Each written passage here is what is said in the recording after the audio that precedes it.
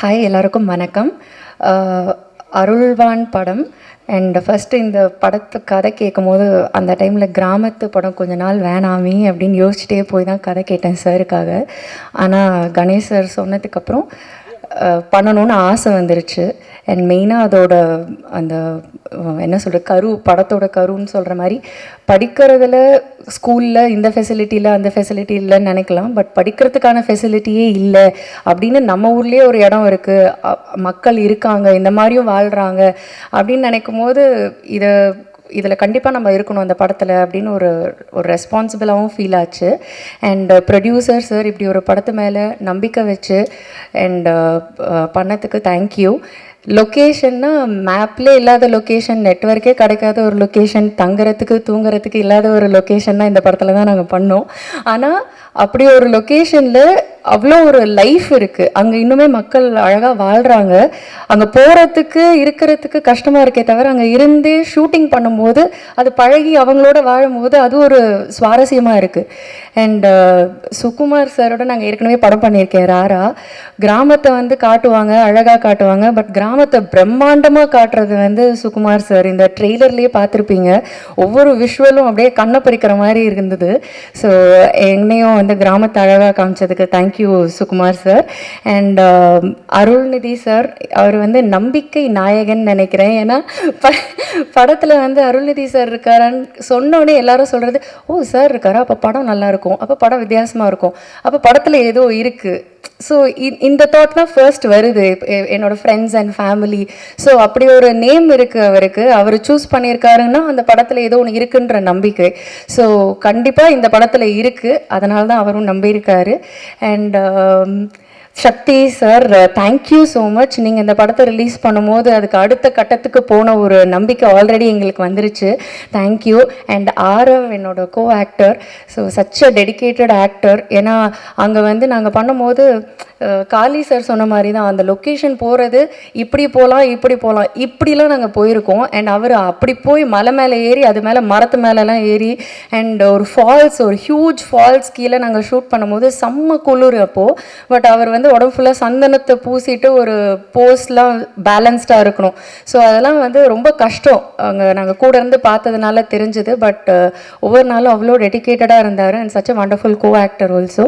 கிருத்திகா லொக்கேஷனில் நிறைய கீழெல்லாம் விழுந்து மண்டையில் பாறையிலலாம் கூட அவளுக்கு விழுந்து நடிச்சான்ற மாதிரி அவ்வளோ ஒரு டெடிக்கேஷன் அது பாப்பா.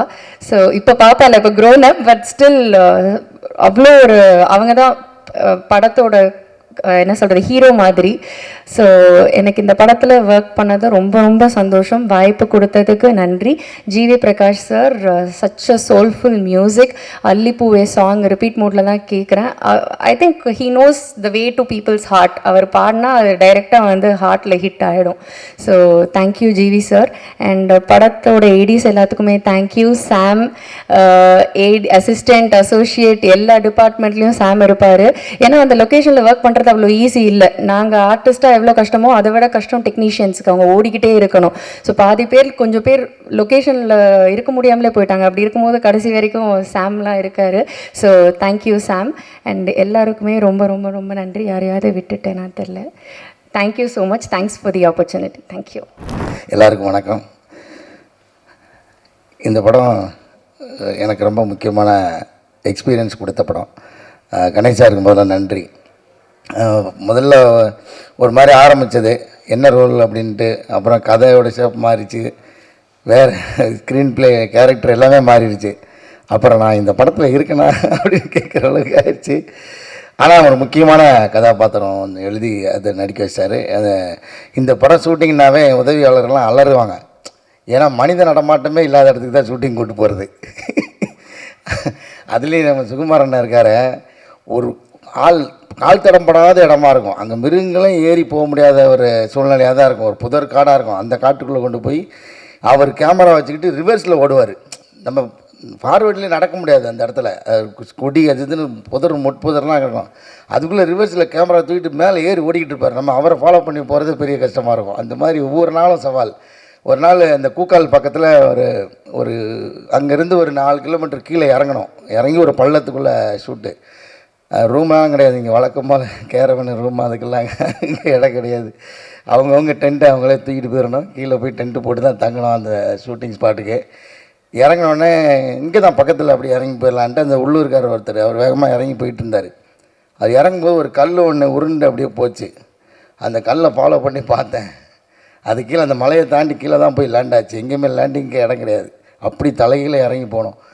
அதில் அது ஒரு பாதை போட்டிருக்காங்க, வேறு ஒரு இடத்துக்காரங்க. அந்த மாதிரி ஒவ்வொரு நாளுமே இந்த கடைசி ஷெட்யூலில் எனக்கு டேட் இல்லைன்னொடனே என் உதவியாளர்கள்லாம் குஷி ஆகிட்டாங்க, அப்போ அந்த படம் போகலையா அப்படின்னு. அதில் ஒரு 2 நாள் நடிக்க முடியாமல் ஆச்சு. அந்தளவுக்கு ரொம்ப சவால். இடையில நடிச்சிருந்த அந்த சின்ன ரோல் நடிக்கிற எனக்கு இவ்வளோ சவாலாக இருந்துச்சுன்னா ஒவ்வொரு நாளும் அந்த படத்தை எப்படி எடுத்திருப்பாங்கன்னு பாருங்கள். பயங்கரமான ஒரு விஷுவல் எக்ஸ்பீரியன்ஸாக இருக்கும் அந்த படம். நான் கொஞ்சம் எனக்கு காமிச்சார் என்ன டைரக்டர் சார், பார்த்தேன். ஐயோ சுகுமாரன் ஏற்கனவே அவர் காட்டுக்குள்ளே பிறந்து வளர்ந்த மாதிரி தான் படம் எடுத்திருப்பார். இதில் இந்த காட்டை வேறு ஒரு பர்ஸ்பெக்டிவில் காமிச்சிருக்காரு. அது எல்லா லொக்கேஷனுமே மேகத்துக்கு மேலே தான் இருக்குது. ஒரு மேகம் இருக்குல்ல, அந்த மேகங்களுக்கு மேலே இருக்கிற உயரத்தில் தான் இருக்கிற மாதிரி லொக்கேஷன். ஒரு ஹெவனில் வச்சு ஷூட் பண்ண மாதிரி பண்ணியிருக்காரு. அதை தாண்டி இந்த கதை ரொம்ப முக்கியமான கதை. ஒரு அடிப்படை கல்வியை பற்றி பேசுகிற ஒரு படமாக இருக்கும். அது ரொம்ப முக்கியமான படமாக இருக்கும். ரொம்ப பேசப்படும் இந்த படம் நம்பிக்கை எனக்கு. அப்புறம் அருள்நிதி சார் ஒரு படத்துக்குள்ளே சாதாரணமாக வரமாட்டார்ல, அவரோட கதை தேர்வு நமக்கு தெரியும். அந்த மாதிரி அவ்வளோ முக்கியமான இது ஒரு படமாக இருக்கும். ஆரவ் சார், ரம்யா, எல்லாருக்குமே அந்த பாப்பா நடித்தாங்க, எல்லாருக்குமே கூட நடித்த எல்லாருக்குமே ரொம்ப நன்றி. ரொம்ப நல்ல எக்ஸ்பீரியன்ஸ் கொடுத்தது இந்த படம். இந்த படம் பெரிய அளவில் வெற்றி வரும்னு நம்பிக்கை இருக்குது. நன்றி, வணக்கம்.